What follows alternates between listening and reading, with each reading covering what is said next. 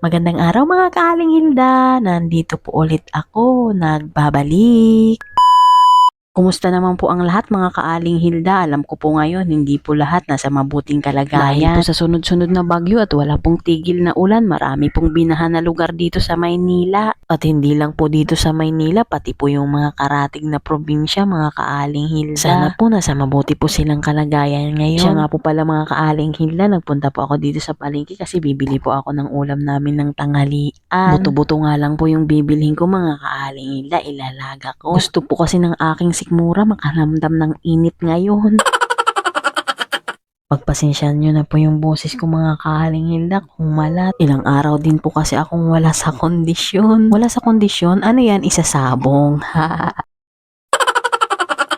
At ito na nga po mga kaaling Hilda, nabili ko na po lahat ng kailangan ko. Uwi na po tayo. Maya-maya nakarating na nga po ako dito sa bahay. Inugasan ko po agad ang nabili nating buto-buto mga kaaling Hilda. Inugasan ko lang po ito sa running water mga kaaling Hilda. Tinanggal ko yung mga maliit na buto-buto. Maganda nga po itong nabili nating buto-buto mga kaaling Hilda. Kaya doon po ako nabili sa binilhan ko ngayon ng karne mga kaaling Hilda kasi parang bagong laging katay yung mga paninda nila. At ayan nga po, binuksan ko na po ang ating mahiwagang kalas. At isasalang na po natin ang ating lulutuing nilagang buto-buto mga kaaling Hilda. At ayan nga po, tinakpan ko nga lang po ng kawali. Wala po kasing kasyang takip dyan. Pag yan ang kinagamit ko, ang tinatakip ko ay yung kawali namin.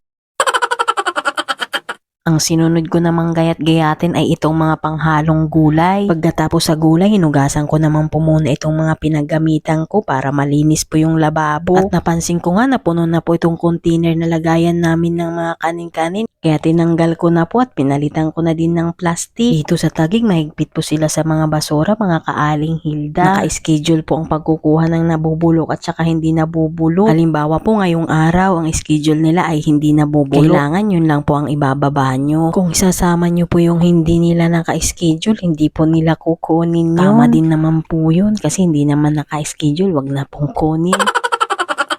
Para naman din matuto din tayo sa mali at tama mga kaaling Hilda. Itayo naman po kung ano yung tama, yun ang susundin natin. Kahit yun na lang po ang maging ambag natin sa lipunan. Ang sumunod sa mga simpleng batas. O siya po, masyado na po akong nagiging makata mga kaaling Hilda.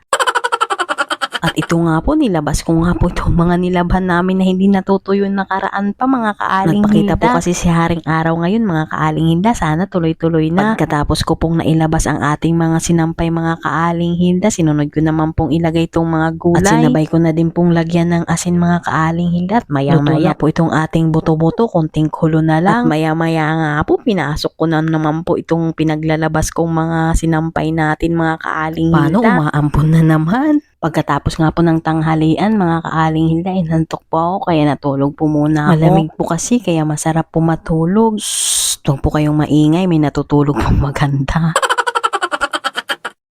Pagkagising ko, mga alas 5 na nga po ito ng hapon mga kaaling Hilda. Wala na po pala kaming mga gamit na pang araw-araw dito sa bahay mga kaaling Hilda. At ako na may nagdali-daling maghilamos at ako'y mamimili hindi po kasi ako makatulog mga kaaling Hilda pag yun po ang mga wala sa bahay. At ang iyon ay mga importante para sa akin mga kaaling Hilda. Ayaw ko po kasi ng paisa-isa ng bili ko, napapamahal po ako dun mga kaaling Hilda. At maya-maya nga nakarating na tayo dito sa ating pamimilhan na grocery mga kaaling Hilda. Malapit lang po ito sa amin. Pwede lang po lakarin mga 5 minutes na andito ka na po. Ito nga po, kunuha ko na po yung mga kailangan yung ko. Mga pang araw-araw lang po na kailangan namin sa bahay, yung mga binibili ko sa grocery mga kaaling Hilda pag namimili po ako. At ito nga po ang huli na nating kukunin ay itong shampoo. Mabuti na lang mayroon po ito sila ngayon. Pag namimili po kasi ako dito, wala sila nito lagi. Mabuti po ngayon mayroon. Ito po kasi ang ginagamit kong shampoo mga kaaling Hilda. Hiyang po ako maya-maya dito. Nga po ito, magbabayad na po tayo mga kaaling Hilda. Pagkatapos ko nga pong mamili, dumaan po ako dito sa bilihan ng balat ng manok mga kaaling Hilda. Bumili po muna. Ang sarap po ng chicken skin nila dito mga kaaling Hilda. Crispy na crispy. At maya-maya nga pagkabigay sa akin, ito nilantakan ko na.